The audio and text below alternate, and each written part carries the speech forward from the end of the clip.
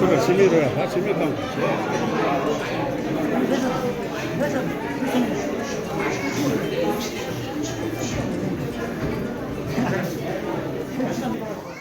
नमस्कार, news for nation देख रहे हैं आप। मैं हूं आपके साथ रश्मि।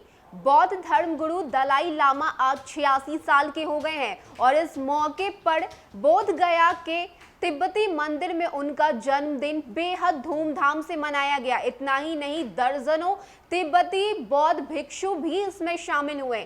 आपको बता दें कि विशेष पारंपरिक पूजा वाद्य यंत्रों के साथ पूजा पाठ की गई। वहीं मंदिर परिसर में तिब्बती भाषा में मुख्य पुजारी के द्वारा विश्व शांति व दलाई लामा के दीर्घायु, उनके बेहतर स्वास्थ्य के लिए कामना भी की गई है। इसके साथ ही क्या कुछ कहना है बौद्ध भिक्षु का, आप पहले सुनिए।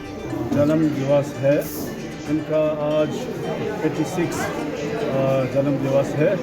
उसमें हम लोग बोध गया में भी उनका लंबी उम्र रखने के लिए सुबह हम लोग ने पूजा रखा है, इंसेंस की पूजा रखा है। उसके बाद फिर हम लोग का ट्रेडिशन में सब फेस्टिवल होता है और वेस्टर्न में हम लोग ने यहाँ कुछ स्पून का केक हम लोग ने यहाँ हैप्पी बर्थडे के और में हम लोग ने सब कुछ डिस्ट्रीब्यूट किया है। और गुरु जी का मानना ये है कि वो 113 साल तक जीने का ऐसा सोचता है। इसमें हम सब जीत रहा है कि वो 113 साल तक भी जिए, उनका लंबी उम्र रहने के लिए हम लोग आज पूजा पाठ किया। ये पाठ जो है हर साल हम लोग करते हैं, मगर इस बार लॉकडाउन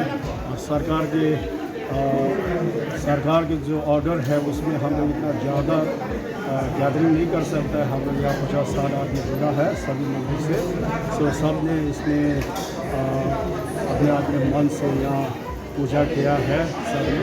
सब ठीक है। मैं मंदिर का सदस्य लामा पंजी। तो दलाई लामा को अद्भुत आंदोलनकारी कहा जाता है। अद्भुत इस लिहाज से कि वह तिब्बत की स्वायत्तता के लिए अपना सब कुछ न्योछावर करने को तैयार है।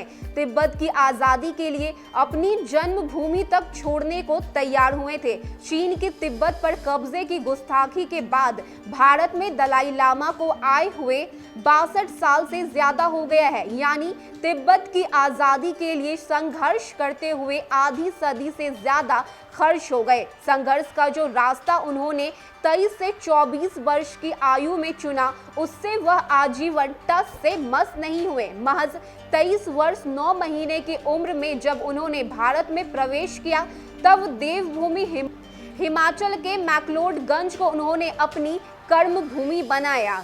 इतना ही नहीं, उन्होंने हमेशा अहिंसा का ही रास्ता चुना।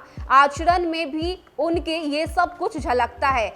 अपने संबोधन, भाषण और बातचीत में वह ऐसा कोई शब्द नहीं बोलते हैं जिससे किसी को कष्ट पहुंचे। करुणा इतनी है कि हर बातचीत में अपनी माँ का जिक्र करने लगते हैं। उन्होंने माँ की कही हर बात अपने जीवन में उतार रखी है। आशावादी इतने हैं कि उनका अटूट विश्वास है कि चीन के नेता एक ना एक दिन तिब्बतियों के दर्द को समझेंगे। उनका मानना है कि चीन से बातचीत कर तिब्बत की स्वायत्तता का रास्ता निकलेगा। इसलिए उनका प्रयास रहता है कि चीन की सरकार से निर्वासित तिब्बती सरकार की बातचीत जारी रहे। इसी के चलते कई दौर की वार्ता भी हो चुकी है।